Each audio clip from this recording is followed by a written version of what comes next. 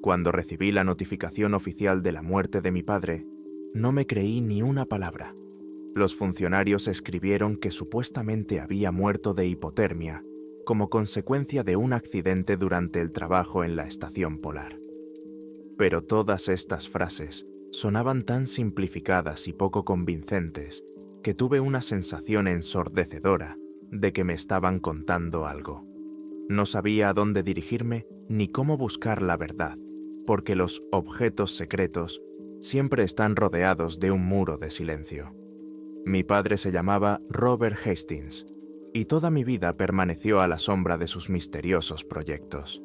Yo me llamaba Marcus Hastings, y solía recordar a mi padre haciendo largos viajes de negocios a algún lugar del sur, aunque vivíamos muy lejos de lo que comúnmente se conoce como el sur. De niño pensaba que viajaba a algún lugar cercano, pero a medida que fui creciendo, empecé a comprender que sus documentos contenían frases como base en el polo o expedición, que mi padre mantenía cuidadosamente ocultas. Su trabajo estaba financiado por el ejército o algunas empresas privadas, y él nunca hablaba de los detalles. Y entonces, una seca esquela, el cuerpo fue entregado al Centro Científico Central, enterrado en coordinación con los servicios estatales. Mi desconcierto se convirtió en manía cuando, unos meses más tarde, recibí una caja sellada que mi padre había dejado en una caja de seguridad. El mensajero me la entregó, me pidió que firmara los papeles y desapareció tan rápidamente como si temiera cualquier pregunta. Recuerdo haber estado sentado en casa durante mucho tiempo, mirando aquella pesada caja, sellada con varias capas de denso embalaje. Todo estaba escrito en un pulcro inglés. Propiedad de Robert Hastings, confidencial, no abrir sin autorización. Pero no necesitaba ninguna autorización, estaba muerto. Sentí un ardor en el pecho. Tal vez esta era la respuesta a lo que le había ocurrido a mi padre. Abrí la caja a última hora de la noche, cuando la ciudad ya se había sumido en el silencio. La nieve caía lentamente al otro lado de la ventana y rasgué el paquete con dedos temblorosos. Dentro había cuadernos bien empaquetados, una pila de cartas, un par de fotos en blanco y negro y una unidad flash anticuada como las que eran populares hace años. El sobre tenía mi nombre escrito en letras grandes. Marcus, ábrelo solo cuando estés solo. Estaba solo, así que lo abrí sin demora. Las primeras líneas de mi padre consumieron mi mente de inmediato. Mencionaba una base antártica secreta, algún pozo en el hielo, y que allí se había descubierto algo mucho más antiguo que la civilización humana. Era obvio que su padre había llevado su diario en secreto, subrepticiamente, pues cada página estaba salpicada de advertencias. Que nadie lo lea. Peligro de muerte. No deben ser molestados. No podía apartarme de los textos que dejaba. El diario comenzaba con cómo le invitaron a trabajar en una instalación científica llamada Estación Raven Rock. La ubicación no fue revelada. La documentación solo decía Antártida, costa sur, pero algunos códigos secretos que permitían a mi padre acceder a las minas subglaciales. El propósito, dijo, era estudiar estructuras anómalas, que no podían ser el resultado de la geología natural. Y entonces, mientras seguía leyendo, se desplegó ante mí otra realidad de la que nunca había oído hablar en las noticias ni en artículos científicos. Resultó que en las profundidades bajo el hielo antártico había cuevas y túneles de forma, donde la temperatura era mucho más alta que en la superficie, y el propio hielo en ese lugar tenía estratificaciones de forma inusual. Parte de la expedición estaba convencida de que allí podía haber restos de rocas antiguas, quizá pruebas de otra época de nuestro planeta. Pero, según las notas de su padre, el asunto iba mucho más allá. Encontramos estructuras artificiales, Marcus. No puedo describir lo aterrador que es darse cuenta de que algo así podría haber existido miles de años antes de las primeras civilizaciones del mundo. Las páginas individuales del diario, por otro lado, se ahogaban en los detalles de los procedimientos técnicos. Allí mi padre enumeraba las herramientas, indicaba la profundidad de perforación, anotaba los parámetros de todo tipo de instalaciones necesarias para atravesar 1,5 metros o más de hielo grueso. Mencionó instrumentos de radar que mostraban vacíos anómalos a profundidades en las que el hielo ya no debería estar. En correspondencia con sus colegas, habló de extraños patrones geométricos que se trazaban en dibujos subglaciales que parecían ruinas. Solo en algunos párrafos se permitió divulgar la verdadera naturaleza de estos hallazgos, una especie de corredores o salas abovedadas que parecían haber sido creadas por una mano inteligente. Las paredes allí no eran naturales, estaban cubiertas de inscripciones cuyo idioma su padre no podía reconocer. En el equipo había lingüistas, físicos y asesores militares. Juntos trataron de interpretar lo que encontraron en las profundidades de la Antártida, y todo ello bajo el más estricto secreto. Hojeé las páginas hasta altas horas de la madrugada y sentí que un temor escalofriante crecía en mi interior. Pero al mismo tiempo sentí una loca curiosidad. Me sentía como si estuviera leyendo algo mítico, como crónicas perdidas hace mucho tiempo de monstruos o dioses que vivieron antes que nuestra raza. Pero las notas de mi padre eran demasiado específicas y detalladas. Contenían instrucciones, diagramas e incluso bocetos de criaturas desconocidas, cuyos contornos mi padre y sus colegas supuestamente habían visto en las profundidades de los túneles de hielo. Y nada de ello tenía nada de fantasía. Mi padre nunca había sido propenso a la ficción. Si escribió sobre esas cosas, significa que realmente encontraron algo en la Antártida que es mejor que la gente corriente no conozca. Y ahora yo, Marcus Hastings, leía sus últimas y desesperadas confesiones y me daba cuenta. Probablemente había muerto a causa de este mismo secreto. Releí casi todas las páginas 2 veces, temiendo perderme algún detalle. Me enteré de que la estación Raven Rock no era la única. Según mi padre, había otras instalaciones que operaban allí, repartidas por toda la costa antártica. Pero era su estación la que tenía acceso al llamado Pozo en el Hielo, un pozo profundo que descendía unos 500 o 600 metros.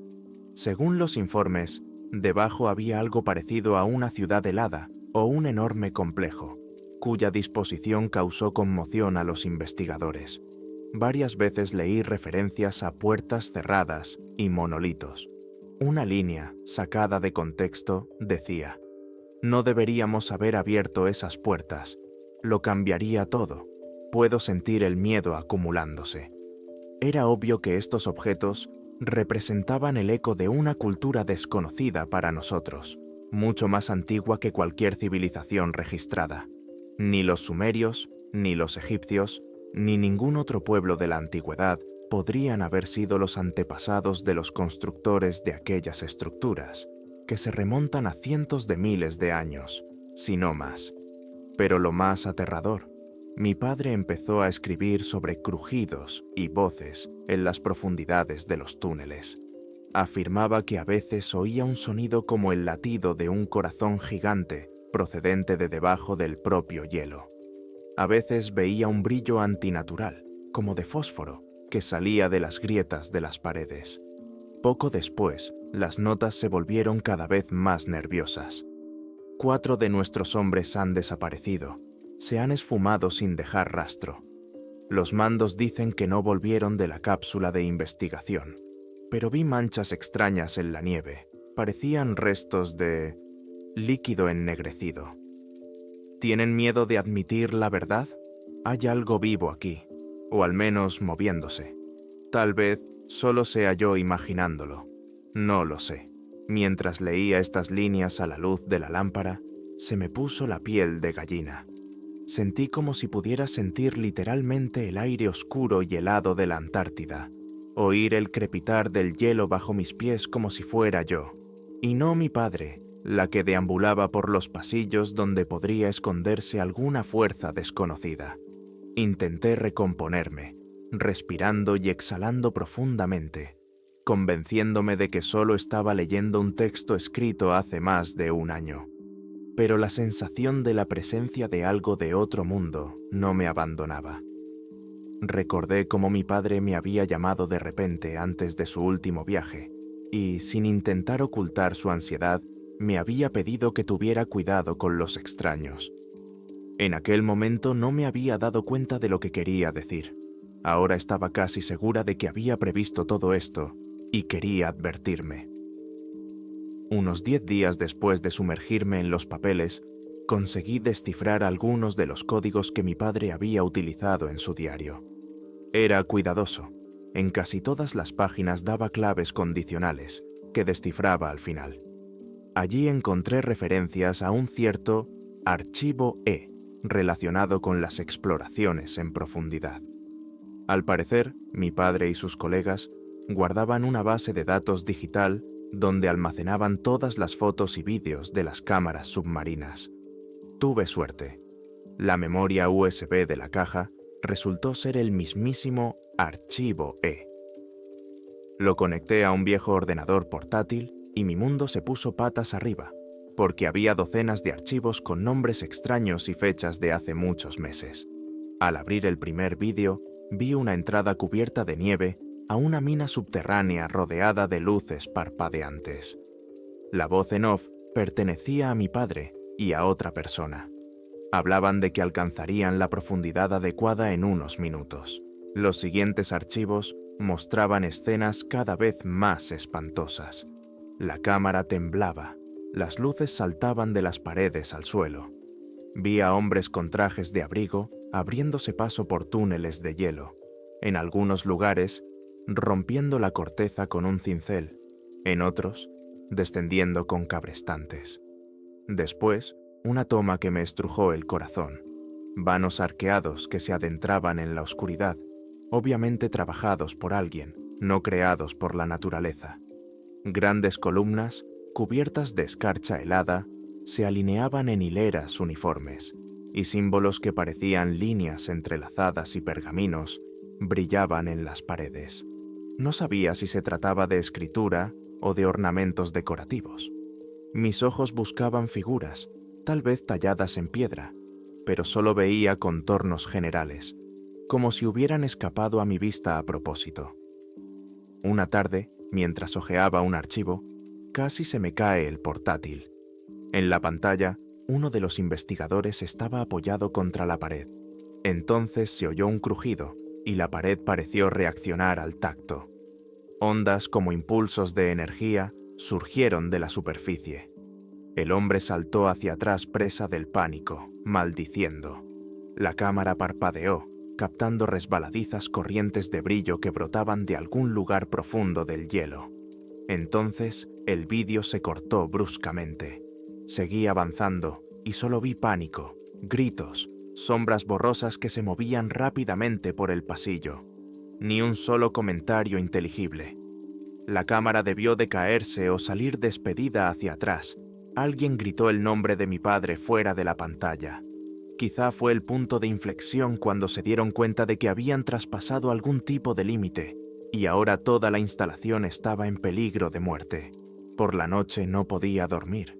Tenía pesadillas de interminables laberintos fríos, en los que se veían a través del hielo siluetas distorsionadas que parecían enormes criaturas con extremidades desproporcionadamente largas. Era como si me observaran a través de la pared de hielo, esperando a que me acercara. Me desperté con el corazón palpitante, pero no descarté la idea de que todas estas revelaciones de mi padre fueran solo la punta del iceberg, que la realidad podría ser mucho peor. Si había habido una catástrofe en la base, o si realmente habían despertado algo antiguo, entonces la muerte de mi padre distaba mucho de ser un accidente. Me sentí desgarrada al darme cuenta de que tenía que llegar a la verdad, aunque solo fuera por el bien de su memoria. En su diario, mi padre mencionó a un hombre llamado Carlton Gibson, que al parecer era el coordinador principal del proyecto. Mi padre escribió que eran Gibson y un par de personas influyentes más quienes tomaban las decisiones clave, sobre qué hacer con los artefactos subglaciales descubiertos. Parece que ocultaron activamente información sobre el alcance del hallazgo. Por alguna razón, no querían revelar que no se trataba solo de una estructura abandonada ahí abajo, sino de algo que aún podía tener una espeluznante vida propia. Papá insinuó un par de veces que Gibson podía saber más que el resto de ellos y que empujó a propósito al equipo a excavar más, a pesar de que había señales evidentes de peligro. Dijo que estábamos obligados a poner una carga para abrir el pasillo central. No estoy seguro de que eso sea inteligente. A juzgar por esas señales y la estructura de los túneles, podría haber algún tipo de sarcófago o cámara sellada ahí dentro. Pero no, es importante que entren a toda costa. Una sensación de inquietud crecía a medida que mi padre describía en sus notas los preparativos de la voladura. Un equipo de perforadores estaba colocando cargas direccionales para eliminar una gruesa capa de hielo. Al mismo tiempo, los informes citaban extrañas observaciones. El agua formada tras la voladura, que fluía por el túnel, tenía un tenue resplandor. Nuestros instrumentos detectaron anomalías químicas, pero los análisis aún no han aclarado nada. Mi padre informó de que las personas que participaron en la operación se quejaron después de dolores de cabeza y alucinaciones, pero los responsables del proyecto ignoraron estas afirmaciones, repitiendo que todo era estrés por las condiciones extremas y la falta de sueño. Entonces mi padre mencionó que las cámaras de recarga estaban señalando una nueva fisura en el hielo unos cientos de metros más abajo, como si la apertura de un nivel hubiera activado toda una red de pozos subterráneos. Las páginas del diario mostraban que tras esta explosión hubo una cadena de muertes y desapariciones. Un hombre había desaparecido y nunca se había encontrado su cuerpo. Otro se había quitado la vida y un tercero había caído en coma tras descender a los niveles inferiores. La situación en el equipo se estaba caldeando. Corrían rumores de que la gente veía destellos o escuchaba voces apagadas procedentes de las paredes. Pero Gibson y sus ayudantes se mantenían firmes, asegurando que todo estaba en orden, que lo principal era completar la misión.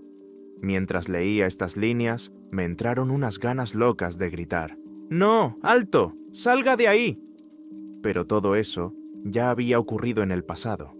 Mi padre avanzaba hacia su trágico desenlace y yo solo podía observar sus pensamientos plasmados en las páginas.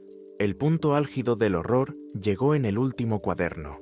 El estilo de escritura se volvió nervioso, descuidado en algunos lugares, a veces incluso con manchas que podían ser tanto de tinta como de otra cosa.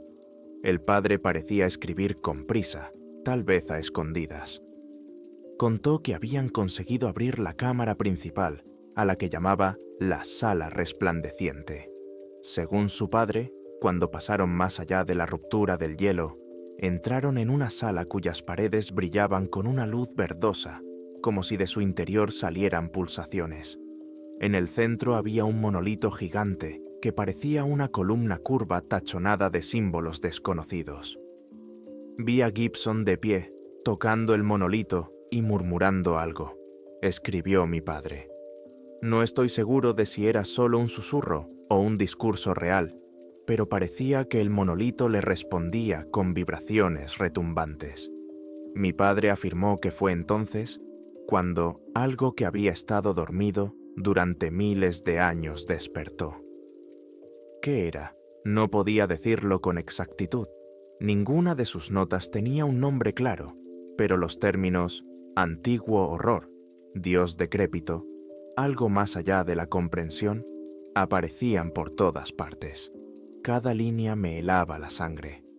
Escribió que varias personas sintieron como si los pensamientos de otra persona hubieran entrado en sus cabezas e inmediatamente se desplomaron, expulsando espuma por la boca.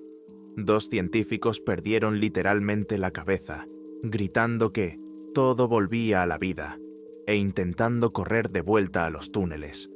Uno de los militares disparó su arma hacia el monolito y fue inmediatamente lanzado hacia atrás por una ola de energía. Su padre lo describió así. No fue solo una onda expansiva. Algo dentro de la celda pareció reflejar la agresión. Su cuerpo se dobló en un ángulo inimaginable. Los demás nos quedamos paralizados, incapaces de movernos, como si la voluntad de alguien nos presionara contra el suelo. Al cabo de unos minutos, el suelo y las paredes empezaron a brillar con más intensidad, y entonces mi padre se dio cuenta de que no podía permanecer más tiempo en aquella celda. Lo dejó todo y echó a correr por el túnel, oyendo los gritos de sus compañeros detrás de él. Todo el siguiente párrafo del diario parecía una confesión medio enloquecida. Gibson abrió una puerta que siempre debería haber estado cerrada. Liberó lo que dormitaba en las profundidades. No teníamos derecho a entrar aquí. El diario terminaba de forma escueta. Intentaré reunir materiales y llegar a la superficie. Con suerte, podré abandonar esta estación maldita y advertir al mundo. Si estás leyendo esto, Marcus, lo siento. Quería hacer lo correcto, pero nos enfrentamos a algo más allá de la comprensión. Si me voy, por favor, ten cuidado. No dejes que te encuentren. No repitas nuestros errores. Tras esas líneas, pasé la última página. Estaba en blanco, como si mi padre no hubiera tenido tiempo de terminar el pensamiento. Me quedé mirando el cuaderno y un nudo se me hizo en el pecho. Así que realmente iba a escapar de la base, pero probablemente no se lo permitieron. O le detuvieron esas criaturas de las profundidades, o gente que no quería que la verdad saliera a la luz. Todo lo que se decía gritaba literalmente: esto no es un accidente, es un asesinato. El pensamiento resonaba en mi cabeza. Mi padre sabía demasiado. Intentó advertir a la humanidad y pagó por ello. Sentada en el suelo de mi pequeño piso, rodeada de diarios y vídeos aterradores, me di cuenta de que podían esperarme los mismos peligros. Si alguien descubría que los diarios habían caído en mis manos, en el mejor de los casos me considerarían una demente. En el peor, me silenciarían. Pero no podía quedarme sentada y digerir en silencio la horrible verdad de que había algo en las profundidades del continente helado, algo listo para despertar e invadir nuestro mundo. Y así pasaron unas semanas más. Intenté ser extremadamente cauto, escribiendo solo en un cuaderno sin acceso a la red, trazando un mapa de lo que mi padre describía. Se suponía que la estación Raven Rock, según sus coordenadas aproximadas, se encontraba al pie meridional de una enorme meseta de hielo. Sin embargo, no pude encontrar el nombre de esta característica en ninguna parte de los mapas públicos de la Antártida. Me di cuenta de que todo estaba clasificado. A menudo salía de casa y me sentía como si me estuvieran vigilando. Un día vi un coche aparcado delante de una casa vecina con dos hombres sentados en él, que claramente me estaban prestando atención. Pero no quise ponerme paranoica. Tal vez fuera solo una coincidencia. Si empezaban a presionarme, significaba que realmente me estaba acercando a sus secretos. Una noche, mientras intentaba de nuevo descifrar los restos de las notas, recibí una llamada en mi teléfono móvil de un número desconocido. La persona al otro lado se presentó como el compañero de mi padre, y a continuación pronunció una frase del diario: quien oiga el latido detrás del hielo debe correr. Casi se me cae el teléfono. La persona que llamaba dijo que se llamaba Morgan Banks y que supuestamente también había estado en la estación de Raven Rock, pero que había conseguido marcharse 6 meses antes de la tragedia. Conocía personalmente a Robert Hastings. Sin embargo, tenía miedo de hablar por teléfono y sugirió que nos reuniéramos en un café de las afueras. Tenía mis dudas, podría haber sido un truco, pero el deseo de conocer la verdad pudo más que el miedo, y acepté. Nos sentamos en una mesa alejada. El viento helado azotaba a nuestro alrededor.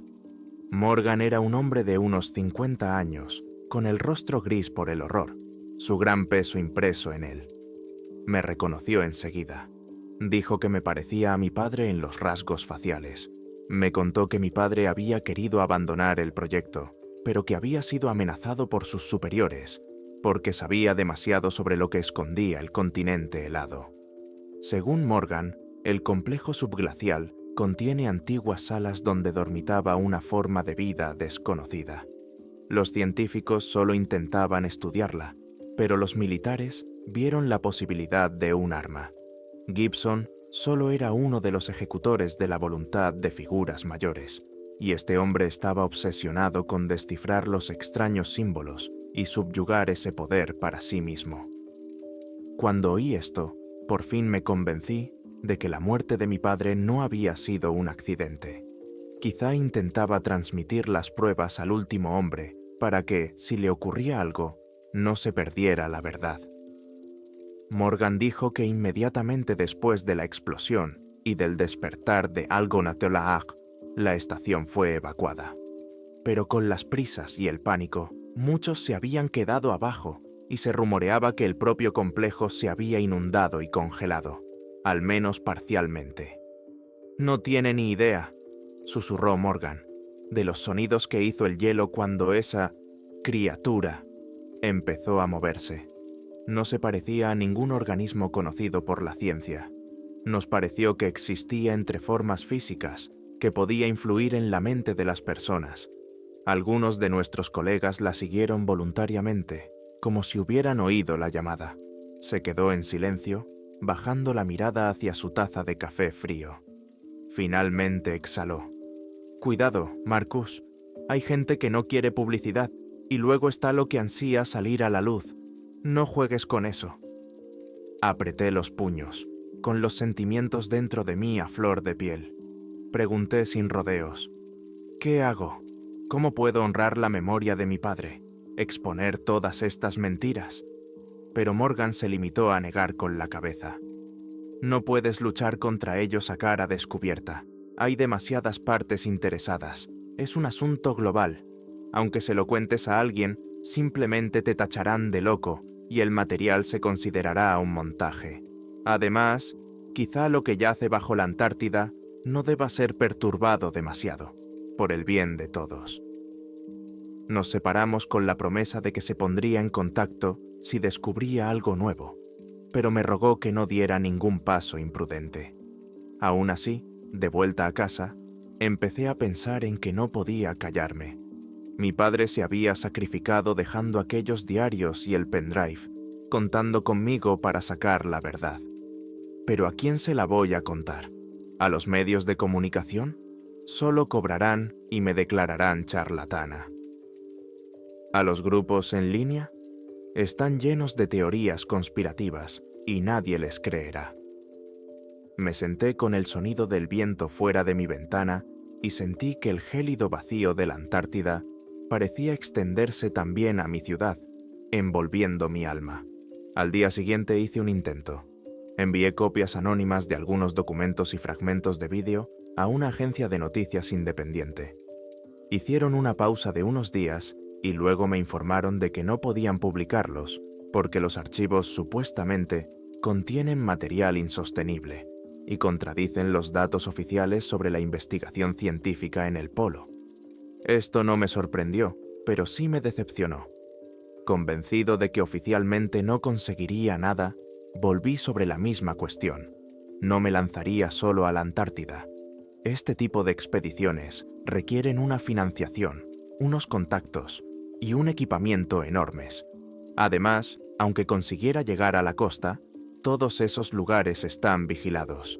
Parecía que lo único que tenía que hacer por el momento era esconder mis diarios y guardar el secreto, y eso me estaba volviendo loca. A veces empezaba a sentir un extraño zumbido en los oídos, breves ataques de dolor de cabeza, sobre todo cuando leía las notas de mi padre durante largos periodos de tiempo. Quizá solo estaba nerviosa, o quizá era paranoia, pero en algún momento me sorprendí a mí misma pensando que podía oír voces lejanas por debajo del zumbido, susurros bajos, como si alguien me estuviera llamando desde muy lejos. Sacudí la cabeza, intentando sacudirme la obsesión. ¿Estoy empezando a tener los mismos síntomas que tenían en la estación?, pensé. y al instante caí en la cuenta. ¿Y si la esencia sobre la que mi padre había escrito era capaz de influir incluso a distancia? Si solo tocaba ese conocimiento. Empecé a tener miedo de dormir. Temía que me vinieran nuevas imágenes en sueños, aún más horribles que las anteriores. Y así sucedió. Una noche soñé con una inmensa cueva que se adentraba muchos kilómetros bajo el hielo. Era como si las paredes estuvieran vivas, balanceándose y susurrando en un idioma incomprensible, y en las profundidades vi una enorme masa que se movía en la penumbra. Se acercaba a un puñado de personas, mi padre entre ellas, aferrado a los restos de una escalera metálica. Gritaba, llamándome, aunque yo no estaba allí. Sentí la mirada de algo monstruoso sobre mí y de repente me desperté presa del pánico. Toda mi cama estaba empapada de sudor frío y yo cogía aire frenéticamente con la boca. Evité los diarios durante unos días, intentando recuperarme y volver a la normalidad. Pero la corazonada de que estaba infectada con este conocimiento ya se había alojado en mi cerebro. Por mucho que intentara llevar una vida normal, no dejaba de pensar en lo que mi padre había encontrado bajo el hielo, en el mal desconocido que podría salir a la superficie. El silencio era insoportable, y si en algún momento los poderes fácticos volvían a hacer estallar las capas de hielo, desentrañando los símbolos del monolito y desatando finalmente ese poder, ninguno de nosotros estaría a salvo. Me pregunté si tal cosa podría haberse conocido en épocas anteriores, ya que la mitología del mundo estaba llena de referencias a antiguas deidades encarceladas bajo tierra o bajo el agua. Me pregunté, ¿de dónde proceden estas leyendas? ¿Ninguna de ellas se originó en torno a la Antártida? Pero nadie pensaba en ello, porque el continente lleva mucho tiempo enterrado bajo el hielo. Me decidí por un acto desesperado. Reuní todos los materiales más importantes. Copié los datos de la memoria USB, los coloqué cuidadosamente en varios soportes de copia de seguridad y los guardé en un lugar seguro. Después escribí una carta detallada a un periodista que conocía, al que consideraba decente. Le expliqué que si me ocurría algo, todo este material aparecería en Internet con mis comentarios. Esperaba que al menos esto me protegiera de la persecución directa, pero un miedo muy arraigado se agitaba en mi interior. ¿Y si no me salvaba? ¿Y si venían de todos modos? Hasta ahora no había venido nadie. Seguí con mi vida, pero cada vez que miraba por la ventana el crepúsculo helado, me parecía que unos ojos pálidos me miraban desde la oscuridad. Soñaba con los mismos pasillos de hielo, las mismas salas desconocidas, y con mi padre vagando bajo las bóvedas de antiguas columnas. A veces, en los sueños, oía su llamada. Hemos despertado lo que no debíamos perturbar.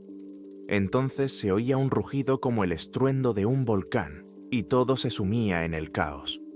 Pasaron meses así, y entonces vi un breve reportaje sobre vibraciones sísmicas inusuales en la Antártida, cerca de una zona restringida donde los turistas no suelen poner el pie. La presentadora dijo con voz alegre que la causa de las oscilaciones era desconocida, tal vez otro colapso del hielo. Pero miré las imágenes de satélite y me di cuenta. Allí estaba la estación Raven Rock. Sentí el corazón como un aro de hierro. Tuve la corazonada de que los que habían financiado el proyecto no se habían detenido, o que el propio monolito había empezado a manifestarse.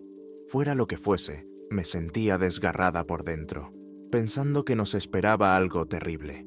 Y fue entonces cuando sentí el hormigueo en las sienes, el zumbido que ya no era solo un acúfeno, era un ritmo, como una ola pulsando en el borde de la percepción. Cerré los ojos y reconocí un susurro fantasmal que llamaba al sur, más allá del hielo. Me levanté de un salto, intentando ahuyentar las voces, pero no paraban.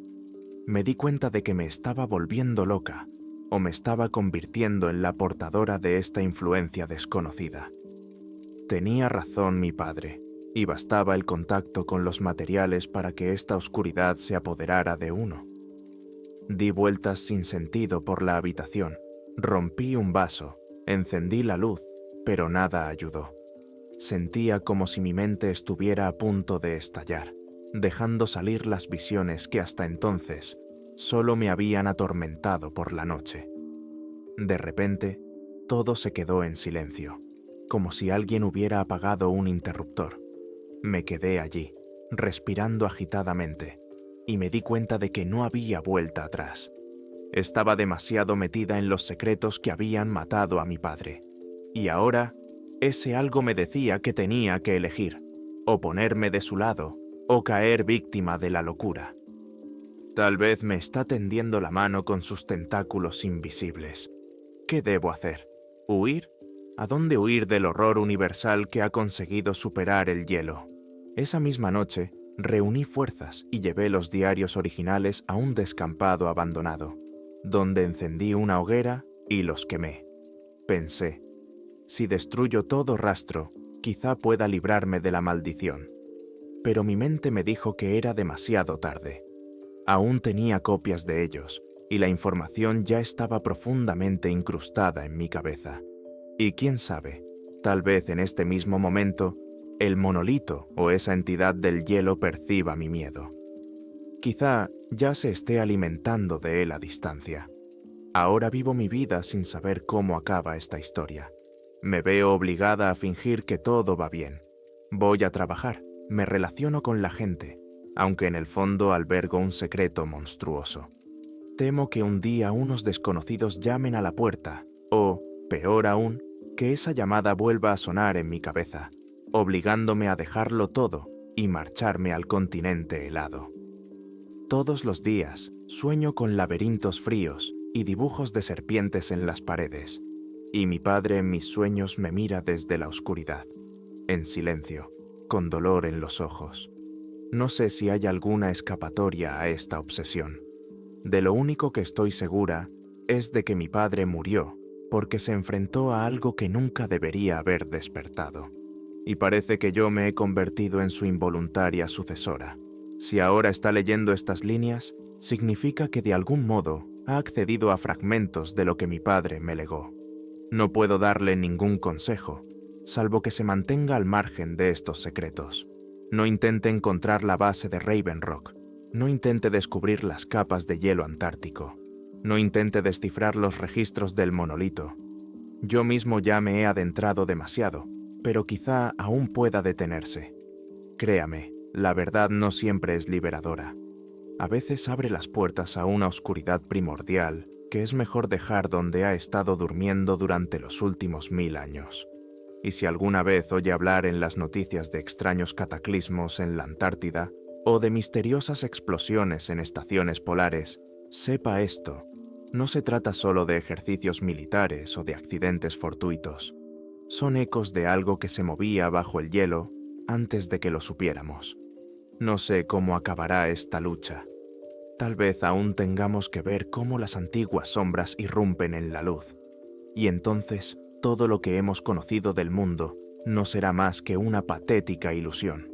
Hasta entonces, me esconderé, esperando que esta entidad no llegue finalmente hasta mí.